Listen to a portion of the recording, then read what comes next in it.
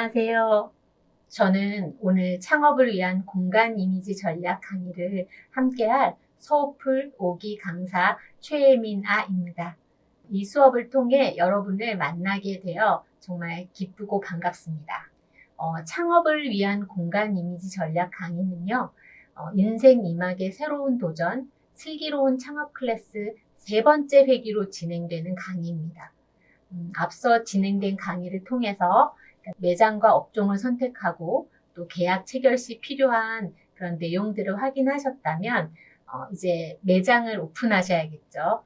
그래서 매장을 오픈하기 위해서 준비해야 될 것들이 아주 많겠지만 저는 그 중에 공간 인테리어를 함에 있어서 알아야 할 기본적인 내용들을 살펴볼 거예요. 짧은 시간 동안 모든 내용을 다 살펴볼 수는 없겠지만 매장 인테리어 작업에 앞서 생각해 보아야 할 부분들을 하나씩 다루어 보려고 합니다.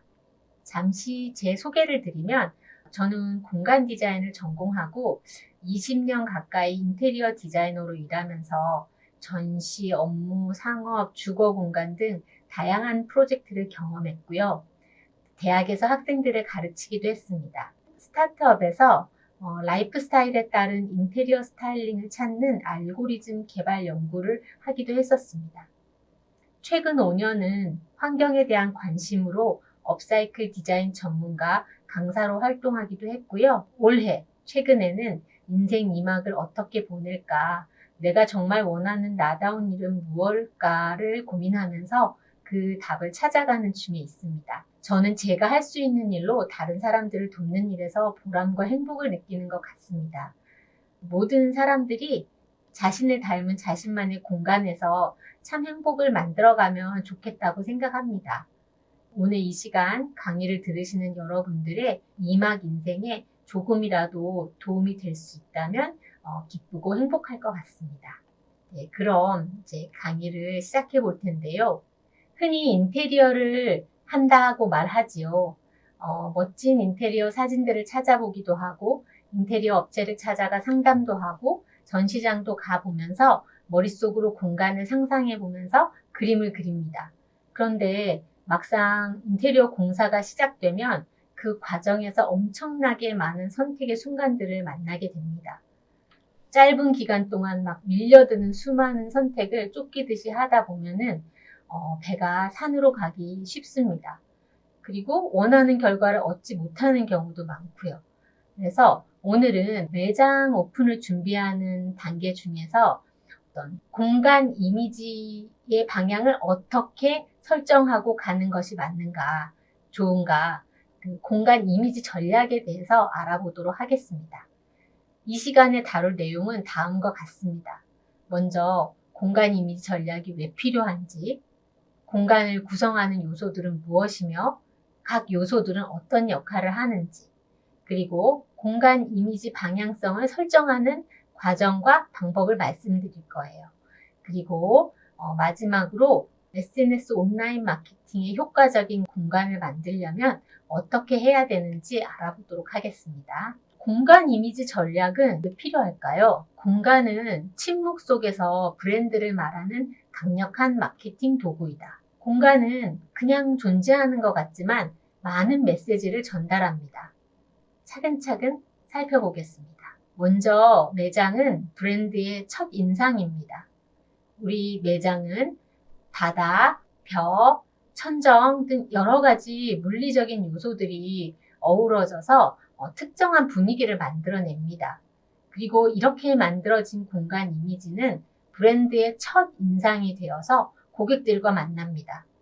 따라서 공간 분위기를 어떤 방법으로 연출할 것인가는 매우 중요합니다. 두 번째, 매장은 브랜드의 또 다른 얼굴입니다. 시각적 이미지의 일관성을 통해서 브랜드의 메시지와 정체성을 표현할 수가 있어요. 그래서 공간을 통해 브랜드 고유의 어떤 개성을 창출해낼 수가 있습니다. 세 번째, 사람은 물건을 사지만 마음속엔 경험을 남긴다. 고객이 매장에 와서 물건을 사는 경험의 질이 중요합니다. 그 과정에서 경험이 좋았다면 다시 올 것이고 별로 좋지 않았다면 다시 반복하려고 하지 않겠죠.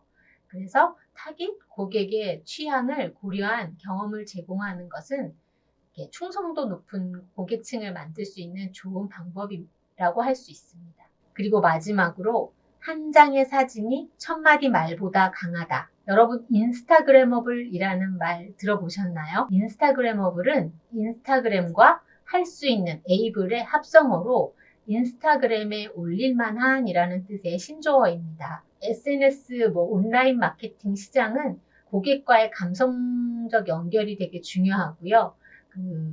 브랜드의 정체성과 고객 취향의 그런 접점에 있는 적당한 사진으로 SNS를 홍보를 잘 하게 되면 와, 좋다, 멋지다, 나도 가고 싶다, 나도 저 커뮤니티에 함께 하고 싶다 이런 생각을 들게 할 수 있겠죠. 그런 이미지를 만들어낼 수 있다면 이제 이미 경쟁력을 확보한 것이라고 볼 수 있습니다. 사례를 한번 볼까요? 여러분 이솝 매장 가보셨나요?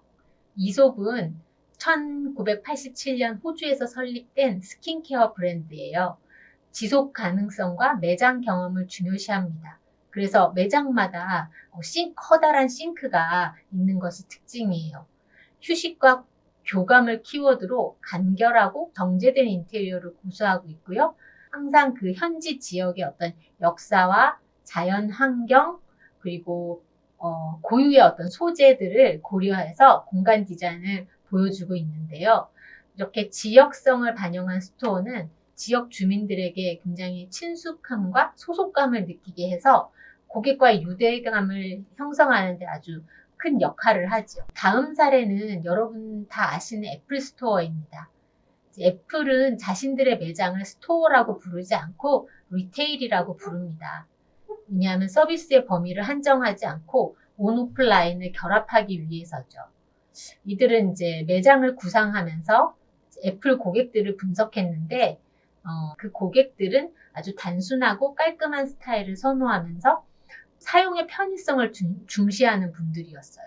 그래서 애플은 미니멀한 공간에 널찍한 테이블을 둬서 제품을 마음껏 써볼 수 있게 했고 또 언제든지 도움을 요청하면 도울 수 있는 직원, 지니어스를 두었죠. 그리고 이제 세계 어디를 가나 한결같은 그런 미니멀한 스타일의 공간과 서비스로 애플 브랜드를 이제 고객들에게 이렇게 각인시키고 있습니다. 젠틀몬스터는 다 들어보셨나요?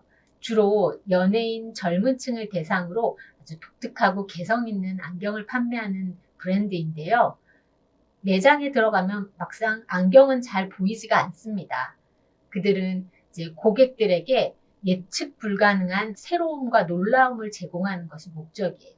매번 매장을 오픈할 때마다 하이엔드 예술이나 육족 로봇 이런 미래의 공간에 나올 법한 이런 요소들로 아주 새로운 방향성을 제시하면서 낯설고 아주 놀라운 오감 체험을 제공합니다. 그리고 젠틀몬스터의 고객들은 그들이 만들어내는 그런 어떤 파격적인 행보에 막 열광하고 기대를 하면서 그 공간과 제품의 어떤 이미지를 소비를 하는 거예요. 그래서 이렇게 타깃 고객의 취향과 라이프 스타일에 맞는 공간력으로 고객들의 충성도를 강화시킬 수가 있습니다. 디자인은 단순히 보이는 것이 아니라 느껴지는 것이다. 스티브 잡스가 말한 것처럼 우리가 머무는 공간은 그 보이는 것, 그 뒤에 있는 것까지도 보여주거든요. 우리가 생각하는 것보다 훨씬 더 많은 다양한 메시지를 전달할 수 있는 이 공간을 전략적으로 잘 활용하는 것은 매우 중요하다고 할 수 있겠습니다. 자, 그럼 이런 공간은 어떤 요소들로 이루어져 있을까요? 공간을 이루는 구성 요소와 각각의 역할들이 무엇인지 알아보겠습니다. 자, 그림에서 보이는 것처럼 공간을 구성하는 기본 요소에는 먼저 바닥, 벽, 천정이 있습니다. 이 그림에서 천정은 안 보이네요. 여러분들 공간에서 위에 천정을 한번 보세요. 뚜껑이 있죠? 벽 위를 막는. 자, 그리고 그 안에 놓이는 다양한 가구들, 그리고 조명, 그리고 그 위에 올려지는 소품들이 있습니다. 그래서 이런 각각의 요소들에 대해서 한번 살펴보도록 하겠습니다. 바닥은 공간의 기초를 형성하는 요소죠. 그래서 색상이나 텍스처, 질감, 소재에 따라서 공간 전체의 분위기를 크게 좌우합니다. 예를 들어 따뜻한 느낌의 원목이나 그런 원목 플로링 같은 것을 사용하면 편안하고 자연스러운 분위기를 연출합니다. 친환경적인 이미지를 강조하는 카페라면 자연 소재의 원목 바닥을 사용해서 지속 가능한 브랜드 이미지를 전달할 수 있겠죠. 반면에 이제 모던한 콘크리트나 그런 돌 소재의 바닥을 사용하면 아주 차가운 느낌을 주고 세련되게 현대적인 이미지를 나타내는 데 효과적입니다. 미니멀리즘 브랜드의 오피스나 모던한 분위기를 원하는 그런 매장에서 자주 사용됩니다. 벽은 이제 공간을 이렇게 막는 역할을 하죠. 가장 넓은 면적을 차지해요. 공간 안에서. 그래서 색상과 텍스처, 벽 장식에 따라서 공간의 톤과 스타일을 결정합니다. 컬러로 이미지를 강화할 수 있습니다. 예를 들어 크림색 벽은 따뜻하고 차분한 분위기를, 짙은 파랑이나 검정색 벽은 고급스럽고 차분한 이미지를 줍니다. 다양한 소재의 질감을 사용해서 공간의 느낌을 훨씬 풍부하게 만들 수 있는데요. 벽돌이나 나무, 패널, 타일 이런 질감 있는 그런 재료들을 사용하면 벽면에 아주 독특하고 흥미로운 스타일을 더해줄 수 있습니다. 천장은 공간의 개방감과 높이감을 조절하는 요소죠. 그래서 조명과 어우러져서 공간의 분위기를 완성합니다. 높은 천정은 개방적이고 넓은 느낌을 주고 낮은 천정은 아늑하고 포근한 느낌을 줍니다. 노출된 천정은 천정을 그대로 노출시키고 배관이나 구조물들을 보이게 하는 그런 디자인인데요. 인더스트리얼 스타일이나 빈티지한 스타일에 어울리고 시원하고 개성 있는 분위기를 연출할 수 있습니다. 천정도 보면 어떤 몰딩을 쓰느냐, 어떻게 층을 주고 조명이랑 조합하느냐, 매다느냐 이런 거에 따라서 굉장히 다른 분위기를 연출할 수 있습니다. 조명은 공간의 시각적, 감정적 분위기를 조절하는 아주 중요한 요소입니다. 색 온도, 조명의 강도, 위치 등에 따라서 공간의 무드가 아주 달라지죠. 그래서 따뜻한 색조의 조명은 아늑하고 편안한 분위기를 조성하고 카페나 힐링 공간에서 많이 사용됩니다. 색 온도는 낮을수록 붉은색을 띠고 그 다음에 높을수록 푸른빛을 띄어요. 그래서 촛불 같은 경우는 2200 켈빈, 그리고 차가운 색조, 집중도 높이는 그런 형광등 같은 그런 밝고 푸른 빛은 이제 한 6500K 정도 됩니다. 강렬한 핀 조명, 스포트라이트처럼 명확하고 밝은 조명은 이제 매장에서는 제품이나 로고를 강조할 수도 있고, 미용실이나 스튜디오 같은 곳에서는 어떤 작업 영역에 사용해서 전문성을 좀 강조할 수 있습니다. 가구는 공간의 기능성과 편안함을 결정하고 스타일과 색상을 통해서 공간 이미지와 톤을 구체화합니다. 그래서 빈티지한 가구나 클래식한 가구는 뭔가 따뜻하면서도 개성 있는 분위기를 만들 수 있고요. 심플한 디자인의 모던한 가구는 정돈되고 세련된 느낌, 고급스럽고 프로페셔널한 이미지를 전달할 수 있습니다. 워낙 다양한 가구 디자인들이 있기 때문에 그 가구 스타일에 따라 또 어떻게 조합하느냐에 따라서 굉장히 다른 그런 공간 이미지를 만들어낼 수가 있죠. 마지막으로 소품은 공간에 마무리 터치를 더해주며 브랜드의 아이덴티티나 감성을 구체적으로 표현할 수 있는 요소입니다. 벽에 걸린 그림이나 그런 조형 작품은 어떤 분위기, 어떤 스타일의 작품을 놓느냐에 따라서 그 공간의 분위기를 완전히 바꿔놓을 수 있습니다. 식물 같은 경우는 자연스러운 느낌을 더해주고 건강하고 생명력 넘치는 이미지를 전달합니다. 윌리스 브랜드나 자연 친화적인 공간은 초록의 식물을 활용해 싱그럽고 편안한 분위기를 조성할 수 있고요. 그 외에도 무슨 러그나 커튼 등 그런 패브릭으로 만든 그런 다양한 소품들로 공간 분위기를 만들어갈 수 있습니다. 지금까지 공간을 구성하는 요소들을 살펴보았습니다. 이렇게 공간은 바닥, 벽, 천정, 가구, 소품들을 하나로 어우러져서 전체적인 공간의 분위기, 하나의 이미지를 만들어냅니다. 거기에 향기나 음악, 온도, 직원들의 친절한 행동, 함께 머무는 사람들의 웃음 이런 것들이 더해지고 또 그 더해져서 그 공간을 찾는 사람들의 어떤 경험들이 만들어지는 것이지요. 따라서 창업을 하고 누군가가 고객이 되는 그런 공간을 만든다는 것은 그곳을 이용할 사람들이 좋아하는 것, 취향과 스타일을 잘 알고 전략적으로 시작하는 것이 매우 중요합니다. 제가 전략이라고 말씀드렸지만 사실은 사랑의 마음이라고 생각합니다. 그 고객들을 위하고 배려하는 마음이죠. 진심은 통하는 법이니까요. 이런 것들이 모여서 찾고 싶은 공간이 만들어진다고 생각합니다. 그렇다면 이제 나의 고객은 누구이며 내가 창업할 공간, 나의 매장은 어떤 스타일, 어떤 방향성을 가진 공간으로 가야 할까요? 공간 이미지 방향을 설정하는 과정은 다음과 같습니다. 먼저 대상 공간에 대한 이해가 필요하지요. 그래서 대상지를 분석하고 그 다음에 그곳을 이용하는 타깃 고객을 분석합니다. 그리고 이런 고객의 어떤 연령이나 취향, 라이프 스타일 이런 분석을 통해서 선호를 파악하게 되면 이제 거기에 맞게 페르소나를 설정하게 됩니다. 페르소나는요, 아주 구체적으로 설정을 하는 것이 중요합니다. 그래서 가상의 인물을 설정해서 그 타겟 고객의 문제나 어떤 필요, 거기에 대한 어떤 솔루션들을 생각하는 거죠. 그렇게 구체적인 페르소나가 나오면 이제 거기에 따른 공간 이미지의 방향성을 설정할 수 있습니다. 그리고 필요한 요소들을 시각화해서 하나의 무드 보드를 만들게 됩니다. 무드 보드에는 이제 매장 공간 스타일링을 위한 공간 요소들, 톤 앤 매너와 방향성을 보여주는 여러 가지 이미지 재료들이 포함됩니다. 자, 그러면 하나하나 살펴보도록 하겠습니다. 대상지 분석 단계에서는 일단 먼저 위치 분석을 해야 하는데요.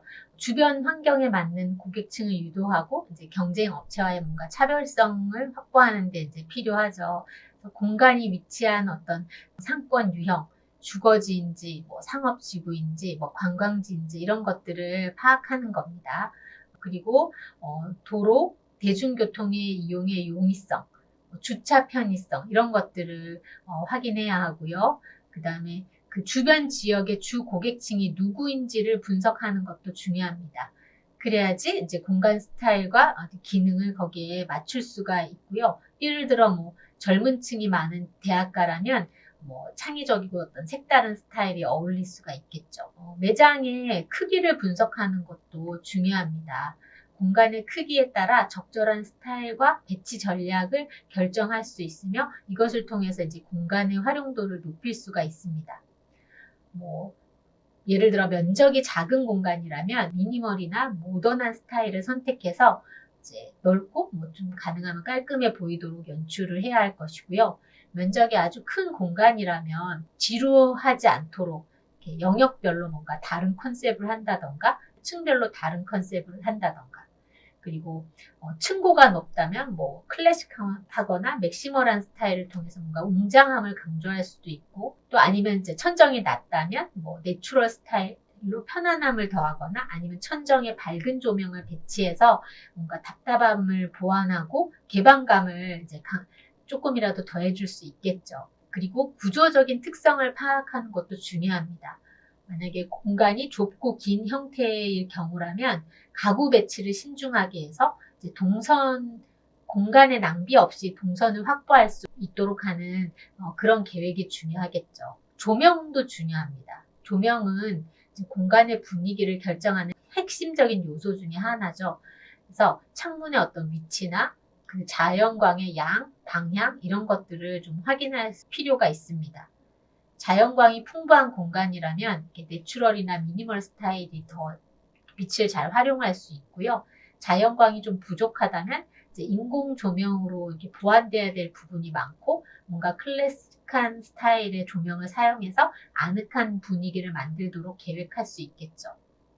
그리고 공간의 이제 활용도에 맞게 조명의 밝기를 조절하는 그런 기능도 있으면 되게 유용합니다. 시간대나 나 용도에 따라서 밝기를 조절할 수 있기 때문에 아주 좋죠. 그리고 이제 기본 전체 조명과 보조 조명 그리고 장식 조명을 이제 함께 잘 믹스를 해서 연출을 하면 더 이렇게 입체감 있는 공간을 만들 수 있습니다. 마지막으로 주변 환경과의 그 조화를 고려를 해야 되는데요. 그래서 주변 환경 분석 단계가 필요합니다. 매장 외부의 어떤 경관, 그런 경치가 좋은 위치라면 큰 창문이나 오픈형 배치를 통해서 경관을 최대한 이제 실내로 끌어들여서 활용할 수 있는 그런 디자인을 하는 것이 좋을 것이고요. 외부 소음이 많은 환경이라면 이제 방음 소재나 어떤 두꺼운 커튼 등을 활용해서 좀 내부를 조용하고 편안하게 유지하는 것이 필요할 수 있겠죠. 그래서 이런 분석들을 통해서 그 매장에 맞는 그 위치와 공간에 맞는 레이아웃과 디자인 방향을 설정할 수가 있습니다. 타겟 분석 단계에서는 이제 고객의 연령대와 취향, 라이프 스타일을 체계적으로 분석해서 공간에 맞는 이미지와 스타일을 설정하는 것이 중요합니다.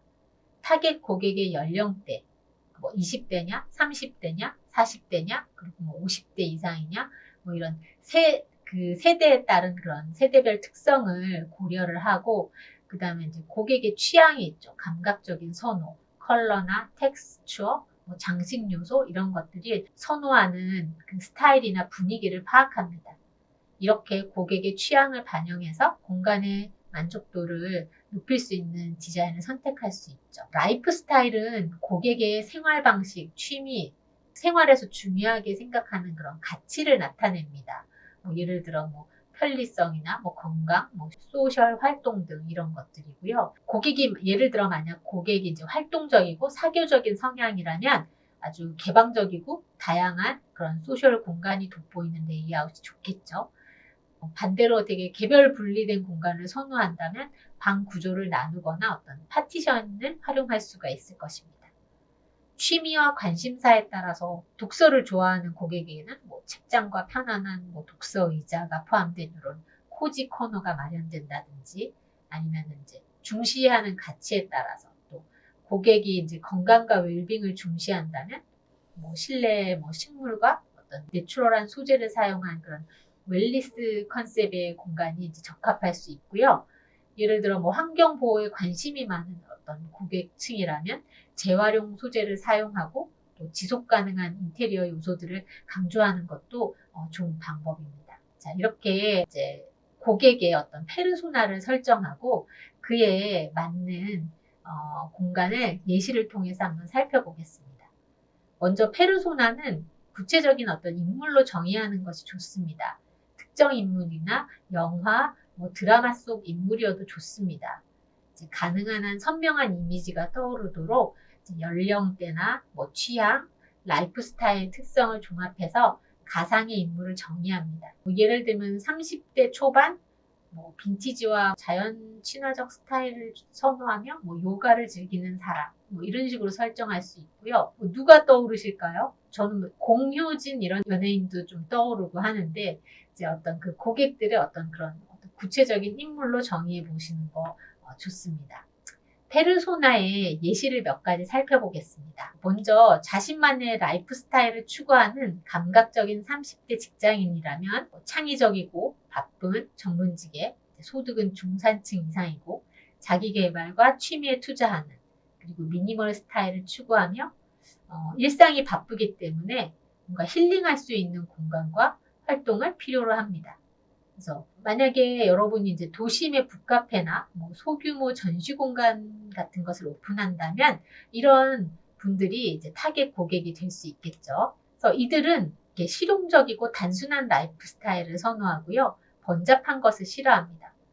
군더더기 없는 기능성을 중시하고 이제 물건보다 경험을 중시하는 경향이 있죠. 이런 분들이 타깃 고객이라면 이제 미니멀한 공간 스타일을 선택하시는 게 좋겠죠. 애플 리테일, 아까 사례로 보신 그 애플의 리테일을 떠올려 보시면 쉽게 이해되실 것 같습니다. 다음 페르소나는 가족 중심의 활동적인 40대 엄마로 잡아보았습니다. 전업주부, 파트타임 근로자, 중산층 이상, 그리고 자녀와 함께 시간을 보낼 수 있는 그런 공간을 선호하고 이제 가족과의 시간을 의미 있게 보내고 싶어 합니다. 자녀 교육과 관련된 컨텐츠를 검색하고 지역 커뮤니티 활동에 적극적이죠. 여러분이 만약 키즈 카페나 엄마와 아이가 함께하는 공방을 오픈할 예정이라면 이런 분들이 아주 타겟 고객이 될 수 있겠죠. 이분들은 이제 지속 가능한 라이프 스타일을 지향하고 자연과 조화를 이루는 삶, 건강, 웰빙, 웰리스를 추구합니다. 유기농 제품, 천연 소재를 선호하고 이왕이면 재활용 가능한 소재를 선택하죠.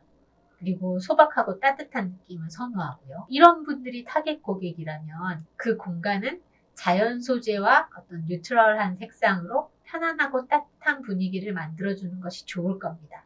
그리고 자연 친화적인 이미지의 공간이 적절하겠죠. 자, 또 다른 페르소나를 살펴볼까요? 이제 문화적 체험을 추구하는 독립적인 20대 대학생입니다. 20대 초중반 남성 또는 여성으로 이제 대학생이나 아르바이트 근로자예요. 소득은 제한적이지만 문화적 경험에 아낌없이 소비합니다. 인디 음악, 로컬 아트, 독창적인 스타일의 공간을 선호해요. 친구들과의 모임이나 자신만의 독립적인 활동을 위한 장소 탐색을 아주 즐깁니다. SNS를 통한 핫플 검색, 특별한 경험과 추억을 남길 공간을 아주 적극적으로 찾아다니지요. 여러분이 만약 소규모의 어떤 공연 공간이나 독특한 컨셉트의 카페를 오픈할 예정이라면 이분들을 타깃 고객으로 삼으셔야겠죠. 이들은 이제 독특하고 개성 있는 스타일을 선호하고 빈티지 감성, 레트로 트렌드에 관심이 많습니다.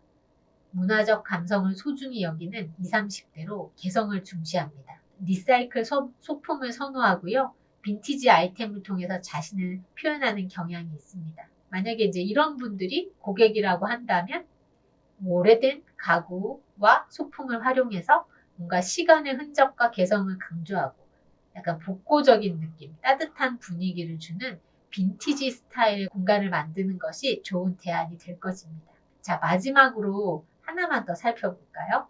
마지막 페르소나는 이제 자기 개발형 50대 1인 창업가입니다.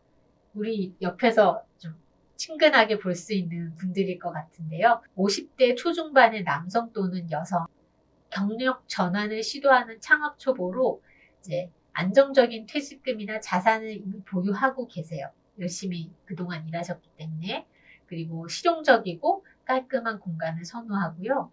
이제 교육과 네트워킹 기회를 중시합니다. 비즈니스를 성공적으로 시작하고 이제 커뮤니티를 형성하고자 하며 이렇게 교육 프로그램에도 적극적으로 참여하시지요. 그리고 실용성과 경제성을 고려한 그런 소비 성향을 보입니다. 만약에 이제 여러분이 창업가를 위한 스터디 카페나 소규모 세미나룸 이런 것들을 오픈할 예정이라면 이분들이 타겟 고객이 되시겠죠. 자, 이런 분들은 이제 전통과 품격을 중시하는 고소득층, 중장년층으로 이제 안정감과 고급스러운 이미지를 추구합니다. 시간이 지나도 변치 않는 타임리스 디자인, 고급 소재의 클래식한 디자인을 선호하죠. 이런 분들이 선호하는 공간은 우아하고 고급스러운 스타일로 전통적이면서 적당한 장식과 디테일이 돋보이는 가볍지 않은 클래식 스타일이 좋은 대안이 될 것입니다. 지금까지 고객의 연령대, 취향, 라이프 스타일들을 단계별로 이렇게 좀 분석해 보았고요. 구체적인 페르소나를 설정하는 과정들을 살펴보았습니다. 여러분의 타겟 고객은 어떤 사람일까요? 어떤 취향, 어떤 라이프 스타일을 가지고 있을까요? 차근차근 정리해 보시면 좋을 것 같습니다. 소자본 창업, 1인 창업자의 경우는 여러분이 그 공간의 대표성을 갖게 되는 경우가 많습니다. 내가 좋아하는 것이 일이 되고 내가 브랜드가 되는 경우인데요. 그런 경우는 이제 나의 취향과 라이프 스타일을 들여다보시길 권합니다. 그래서 지금까지 여러분이 삶을 통해 형성된 어떤 여러분만의 개성, 나다움 이런 것들은 몸 밖에 있는 것이 아니라 여러분 내면에 있는 것이니까 안에서부터 이제 소중하게 꺼내 보시기를 권합니다. 그래서 이제 이런 구체적인 페르소나가 설정되고 나면 이제 그 인물이 좋아할 만한 공간의 이미지 방향성을 찾게 되는데요. 그 브레인스토밍 여러분 많이 하시죠? 마인드맵 이런 거를 활용하셔도 좋고요. 그들이 필요할 만한, 좋아할 만한 어떤 그런 것들을 이제 적어보는 거예요. 키워드로. 이미지 형용사로 적어보시면서 공간의 분위기를 상상해 보셔도 좋습니다. 그래서 그게 어느 정도 되면 그것의 어떤 시각적 이미지들, 공간 사진, 꼭 공간이 아니어도 어떤 이미지여도 좋습니다. 추상화 같은 그림도 좋고요. 이제 그런 이미지들을 모아보시고 마감 재료도 좋습니다. 바닥재, 벽, 색깔, 질감, 천, 패브릭의 어떤 무늬라던가 아니면 특정 소품이라던가 어떤 거라도 좋으니 그 분위기를 이제 설명할 수 있는 어떤 시각 요소들을 다 모으는 거죠. 사진들을 모으고 나면은 그거를 이제 하나의 보드에 다 모아 놓아야 돼요. 그게 바로 무드보드거든요. 특정한 형식은 없습니다. 무드보드란 특정 공간에 들어가는 어떤 색상, 재질, 스타일 이런 것들, 샘플, 텍스처들 이런 것들을 다 조합해서 한눈에 이렇게 볼 수 있게 만들어 놓은 판이에요. 그래서 공간 전체의 분위기, 이미지를 구체적으로 보여줍니다. 여러 사람이 소통을 할 때 굉장히 유용하고요. 이렇게 만들어진 무드보드는 이제 매장 오픈을 준비하는 과정에서 나침반과 같은 역할을 합니다. 아까 시작할 때 말씀드렸지만 공간을 만들어가는 과정에서 만나는 그런 수많은 선택의 순간들에서 올바른 판단을 할 수 있도록 도와주는 역할을 하죠. 그래서 무드보드를 이렇게 만든다 하는 걸 아시고 한번 해보셔도 좋고요. 이제 오프라인 실습 과정에서 이것은 이제 같이 해보는 시간으로 다루도록 하겠습니다. 자, 이제 창업을 위한 공간 이미지 전략 마지막 장입니다. SNS 친화적인 공간 만들기. 무슨 뜻일까요?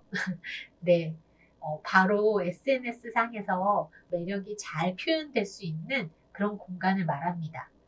이제 상업 공간에서 이제 매출과 인지도를 높일 수 있는 아주 중요한 요소이죠. 요즘 세대는 사진을 찍어 자랑할 수 있어야 해요. 핫한 곳은 거의 그런 곳입니다. 이제 한 유통업계 관계자가 한 말인데요. 이코노믹 리뷰 기사에서 이제 나온 말인데 이게 최근 유통업계가 인스타그래머블하고 경험을 강조한 그런 소재 찾기에 아주 전력 투구하는 이유가 있는 것이지요. 소형 오프라인 매장, 특히 1인 창업자의 경우에는 정말 저비용으로 강력한 마케팅 효과를 낼 수 있는 그런 플랫폼이잖아요. 그래서 공간 디자인에서 SNS 사진의 퀄리티를 고려하는 것은 이제 매우 중요하다고 할 수 있습니다. 그래서 어떻게 하면 고객이 저기 가고 싶다라고 느낄 만한 그런 공간을 연출할 수 있을지 알아보겠습니다. 먼저 포토존이 있으면 좋습니다.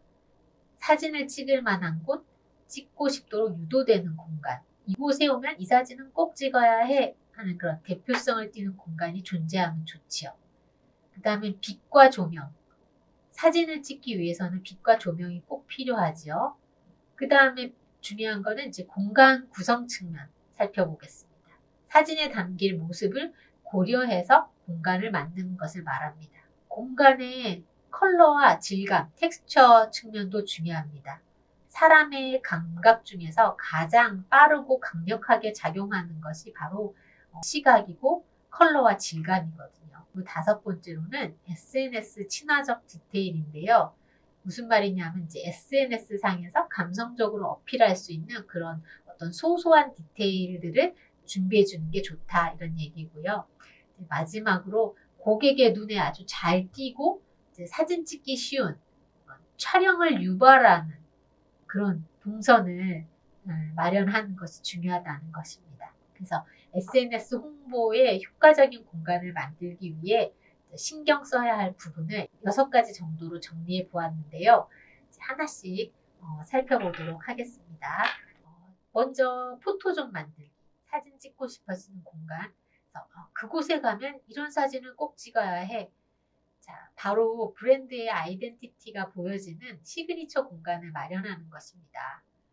로고가 보이는 벽이라든지 독특한 조명, 브랜드 컬러를 활용한 배경이면 좋습니다. 포토존은 자연광이 잘 드는 곳이나 손님 동선에서 눈에 띄는 위치여야 합니다. 가구나 소품, 패턴이나 텍스처 등을 활용하여 어떤 이야기를 더할 수 있습니다. 다음은 조명입니다. 가장 좋은 조명은 자연스럽고 부드러운 자연광입니다.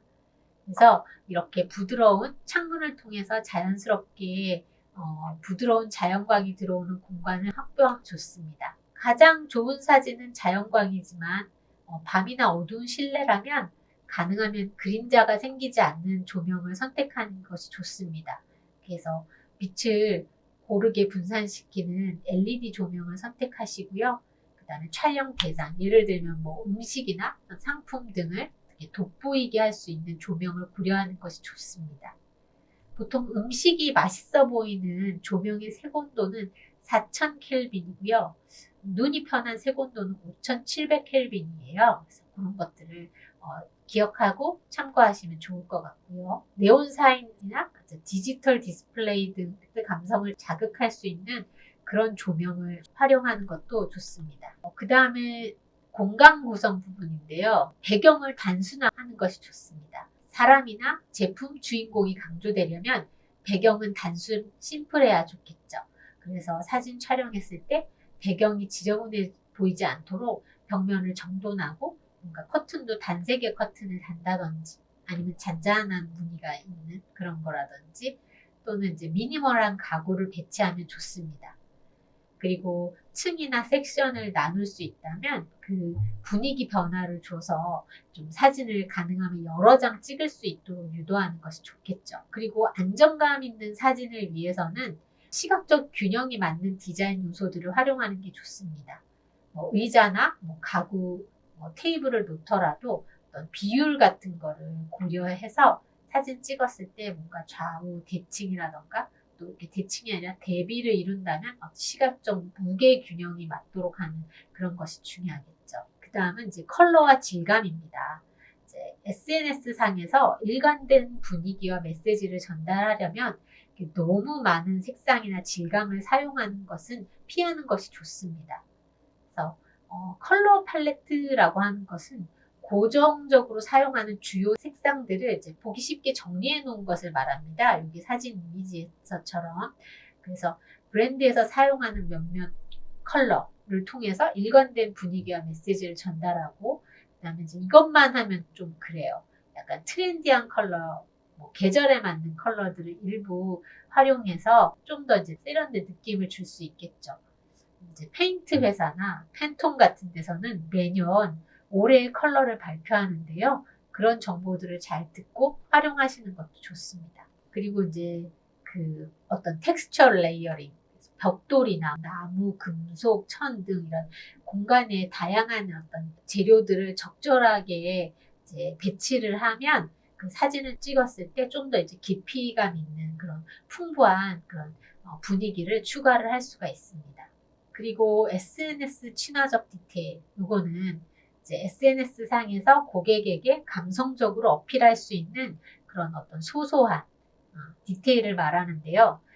브랜드 해시태그, 로고 같은 게 사진 찍었을 때 자연스럽게 이제 드러나도록 하는 그런 건 좋고요. 그 다음에 예를 들어 테이블에 커피를 찍었는데 냅킨에 브랜드 로고가 나온다든지 컵에 있는 귀여운 캐릭터, 독특한 어떤 재미있는 그런 소품, 이런 것들, 장식, 찍고 싶은 요소를 만드는 것이 중요합니다. 그리고 소품들은 시즌이나 트렌드, 계절에 따라서 가볍게 변화를 주기 좋잖아요. 그래서 그런 것들 활용하시면 좋고, 또 공간의 성격이나 취향, 추구하는 라이프 스타일을 사실 가장 잘 드러내기 좋은 요소가 이런 소품이니까 잘 활용하시면 좋을 것 같습니다. 그리고 중요한 것이 이제 촬영 공간을 확보하는 것. 고객들은 매장에 와서 커피를 마시고 시간을 보내다가 나간다든지 뭔가 이렇게 활동을 하잖아요. 근데 그 동선 안에 사진 찍고 싶은 공간을 만들어야 사람들이 이제 사진을 찍기 좋겠죠. 그리고 가능하면 이제 촬영 각도나 이런 배치를 고려해서 최적화된 배치를 해놓는 거예요.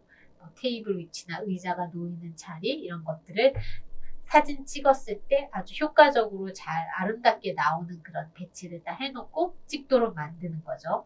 이제 그리고 아예 촬영 가이드를 제공하는 것도 좋습니다. 벽면에 뭐 이렇게 여기서 이렇게 찍으면 이런 사진이 나옵니다. 샘플로 보여줘도 좋고 요 위치에서 사진을 찍으세요 하고 뭔가 발자국을 놓는다든지 표시해 놓는다든지 이제 이런 것들을 하면 손님들이 쉽게 따라 할 수 있죠.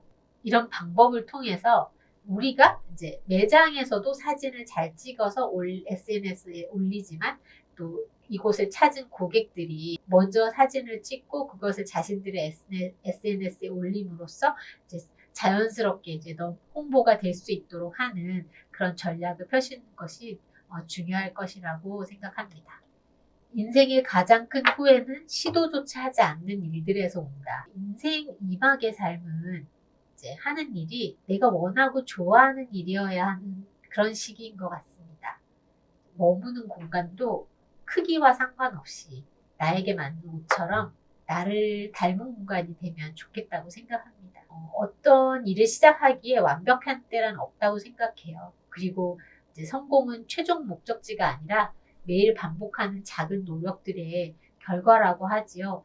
그래서 바로 지금처럼 이제 오늘을 잘 살아가고 내일을 위한 준비를 조금씩 해나가는 가운데 이제 행복을 느끼시면 좋겠습니다.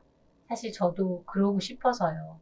그래서 여러분 모두 바라고 원하시는 일들 한 발 한 발 이루어 가시길 바라고 응원합니다. 오늘 이 강의 끝까지 함께 해주셔서 감사합니다.